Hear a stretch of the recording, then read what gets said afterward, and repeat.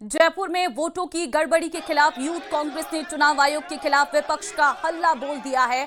बड़ी संख्या में यूथ कांग्रेस के कार्यकर्ता सड़कों पर इकट्ठा होकर विरोध प्रदर्शन करने लगे हैं, जिसको देखते हुए पुलिस ने बैरिकेडिंग लगाकर रोकने की कोशिश की। इस दौरान पुलिस ने कुछ प्रदर्शनकारियों को हिरासत में भी लिया है।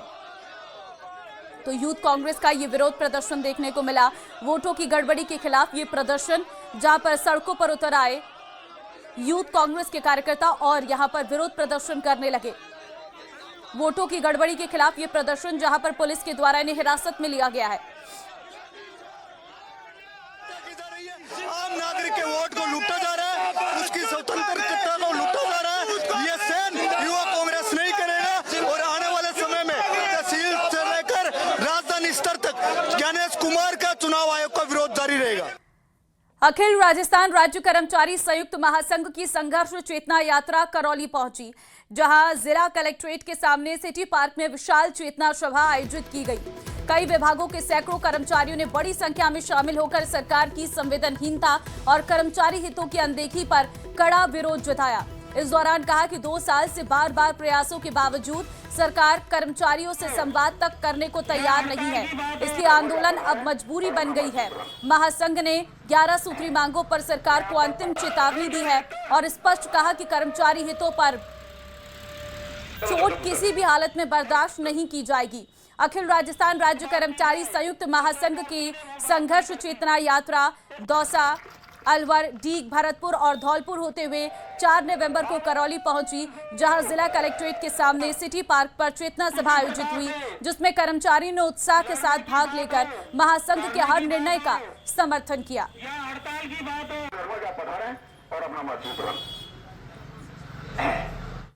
कर्मचारी संयुक्त महासंघ अपने 11 सूत्री मांग पत्र को लेकर शासन और सरकार का विगत 2 वर्षों से लगातार ध्यान आकर्षण करने का प्रयास कर रहा है, लेकिन शासन और सरकार की संवादहीनता और संवेदनहीनता की वजह से पूरे राजस्थान के कर्मचारियों में जबरदस्त आक्रोश व्याप्त है। हमारा आंदोलन 13 सितंबर से चल रहा है। इसके बीच में ही 9 अक्टूबर को सरकार के द्वारा हमारे वर्षों के संघर्ष से प्राप्त ओपीएस पर बड़ा हमला करते हुए एनपीएस का ऑर्डर जारी कर दिया गया। उनके द्वारा निगम, बोर्ड और यूनिवर्सिटीज में जो एनपीएस लागू की गई है, इससे राजस्थान के कर्मचारियों में जबरदस्त आक्रोश व्याप्त है। अंत उपचुनाव को लेकर 11 नवंबर को मतदान होना है। इससे पहले भाजपा और कांग्रेस दोनों ही पार्टियों के नेता चुनावी मैदान में जोर जोर से प्रचार प्रसार कर रहे हैं। नेता प्रतिपक्ष सीकाराम जूली भी 2 दिनों से अंता दौरे पर है। इस दौरान वो गांव में जनसंपर्क कर कांग्रेस प्रत्याशी के समर्थन में मतदान की अपील कर रहे हैं। भाजपा की सरकार है, ये भी एक बड़ी वजह बनेगी जीत में, क्योंकि 2 साल से सरकार नाम की चीज़ तो कहीं नज़र आ नहीं रही और अंता और 12 को तो इन लोगों ने ऐसे समझ रखा है जैसे राजस्थान का हिस्सा ही नहीं हो। कोई बड़ी योजना, कोई काम यहाँ पे इस सरकार के द्वारा नहीं कराया गया। और विशेष रूप से मैं कहना चाहूँगा कि जो योजनाएं भाई जी ने स्वीकृत कराई थी, उन्हीं का काम अभी तक चल रहा है। यहाँ पे नया कोई भी काम यहाँ स्वीकृत इस सरकार ने नहीं किया है। कल मैं क्योंकि पर्ची से बने हैं और पूरा ध्यान जो है मोदी जी की बड़ाई में ही निकल जाता है। तो मोदी जी खुद भ्रष्टाचारी बता के गए थे भाई जी को, तो आज तक आपने क्या किया? डबल इंजन की सरकार है ना। आपने फर्जी मुकदमे भाई जी पे दर्ज कराए, वो जनता के सामने आ गए ना। चुनाव को लेकर 11 नवंबर को मतदान होना है। इससे पहले भाजपा और कांग्रेस दोनों ही पार्टियों के नेता चुनावी मैदान में जोर जोर से प्रचार प्रसार कर रहे हैं। नेता प्रतिपक्ष सीकाराम जूली भी 2 दिनों से अंता दौरे पर है। इस दौरान वो गांव में जनसंपर्क कर कांग्रेस प्रत्याशी के समर्थन में मतदान की अपील कर रहे हैं। भाजपा की सरकार है, ये भी एक बड़ी वजह बनेगी जीत में, क्योंकि 2 साल से सरकार नाम की चीज़ तो कहीं नज़र आ नहीं रही और अंता और 12 को तो इन लोगों ने ऐसे समझ रखा है जैसे राजस्थान का हिस्सा ही नहीं हो। कोई बड़ी योजना, कोई काम यहाँ पे इस सरकार के द्वारा नहीं कराया गया। और विशेष रूप से मैं कहना चाहूँगा कि जो योजनाएं भाई जी ने स्वीकृत कराई थी, उन्हीं का काम अभी तक चल रहा है। यहाँ पे नया कोई भी काम यहाँ स्वीकृत इस सरकार ने नहीं किया है। कल मैं क्योंकि पर्ची से बने हैं और पूरा ध्यान जो है मोदी जी की बड़ाई में ही निकल जाता है। तो मोदी जी खुद भ्रष्टाचारी बता के गए थे भाई जी को, तो आज तक आपने क्या किया? डबल इंजन की सरकार है ना। आपने फर्जी मुकदमे भाई जी पे दर्ज कराए, वो जनता के सामने आ गए ना। बात इस बुलेटिन की करते हैं। सबसे पहले आपको बड़ी खबर देंगे।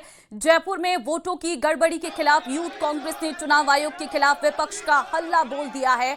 बड़ी संख्या में यूथ कांग्रेस के कार्यकर्ता सड़कों पर इकट्ठा होकर विरोध प्रदर्शन करने लगे हैं, जिसको देखते हुए पुलिस ने बैरिकेडिंग लगाकर रोकने की कोशिश की। इस दौरान पुलिस ने कुछ प्रदर्शनकारियों को हिरासत में भी लिया है।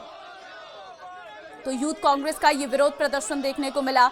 वोटों की गड़बड़ी के खिलाफ ये प्रदर्शन, जहां पर सड़कों पर उतर आए यूथ कांग्रेस के कार्यकर्ता और यहां पर विरोध प्रदर्शन करने लगे। वोटों की गड़बड़ी के खिलाफ ये प्रदर्शन, जहां पर पुलिस के द्वारा इन्हें हिरासत में लिया गया है। आम नागरिक के वोट को लूटा जा रहा है, उसकी स्वतंत्रता को लूटा जा रहा है। ये सहन युवा कांग्रेस नहीं करेगा और आने वाले समय में तहसील से लेकर राजधानी स्तर तक ज्ञानेश कुमार का चुनाव आयोग का विरोध जारी रहेगा। अखिल राजस्थान राज्य कर्मचारी संयुक्त महासंघ की संघर्ष चेतना यात्रा करौली पहुंची, जहां जिला कलेक्ट्रेट के सामने सिटी पार्क में विशाल चेतना सभा आयोजित की गई। कई विभागों के सैकड़ों कर्मचारियों ने बड़ी संख्या में शामिल होकर सरकार की संवेदनहीनता और कर्मचारी हितों की अनदेखी पर कड़ा विरोध जताया। इस दौरान कहा कि 2 साल से बार बार प्रयासों के बावजूद सरकार कर्मचारियों से संवाद तक करने को तैयार नहीं है, इसलिए आंदोलन अब मजबूरी बन गई है। महासंघ ने 11 सूत्री मांगों पर सरकार को अंतिम चेतावनी दी है और स्पष्ट कहा कि कर्मचारी हितों पर चोट किसी भी हालत में बर्दाश्त नहीं की जाएगी।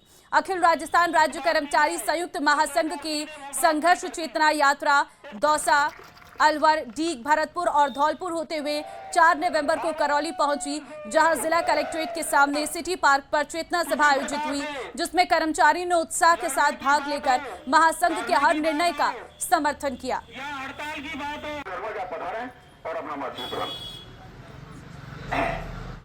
कर्मचारी संयुक्त महासंघ अपने 11 सूत्री मांग पत्र को लेकर शासन और सरकार का विगत 2 वर्षों से लगातार ध्यान आकर्षण करने का प्रयास कर रहा है, लेकिन शासन और सरकार की संवादहीनता और संवेदनहीनता की वजह से पूरे राजस्थान के कर्मचारियों में जबरदस्त आक्रोश व्याप्त है। हमारा आंदोलन 13 सितंबर से चल रहा है। इसके बीच में ही 9 अक्टूबर को सरकार के द्वारा हमारे वर्षों के संघर्ष से प्राप्त ओपीएस पर बड़ा हमला करते हुए एनपीएस का ऑर्डर जारी कर दिया गया।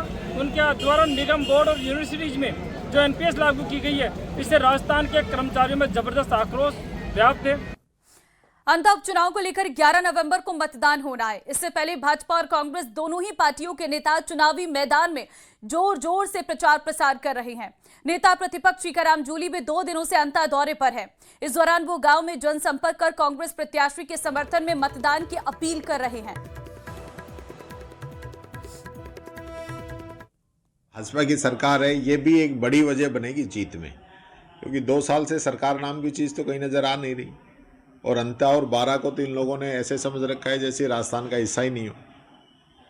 कोई बड़ी योजना, कोई काम यहाँ पे इस सरकार के द्वारा नहीं कराया गया। और विशेष रूप से मैं कहना चाहूँगा कि जो योजनाएं भाई जी ने स्वीकृत कराई थी, उन्हीं का काम अभी तक चल रहा है। यहाँ पे नया कोई भी काम यहाँ स्वीकृत इस सरकार ने नहीं किया है। कल मैं देख, क्योंकि पर्ची से बने हैं और पूरा ध्यान जो है मोदी जी की बड़ाई में ही निकल जाता है। तो मोदी जी खुद भ्रष्टाचारी बता के गए थे भाई जी को, तो आज तक आपने क्या किया? डबल इंजन की सरकार है ना। आपने फर्जी मुकदमे भाई जी पे दर्ज कराए, वो जनता के सामने आ गए ना।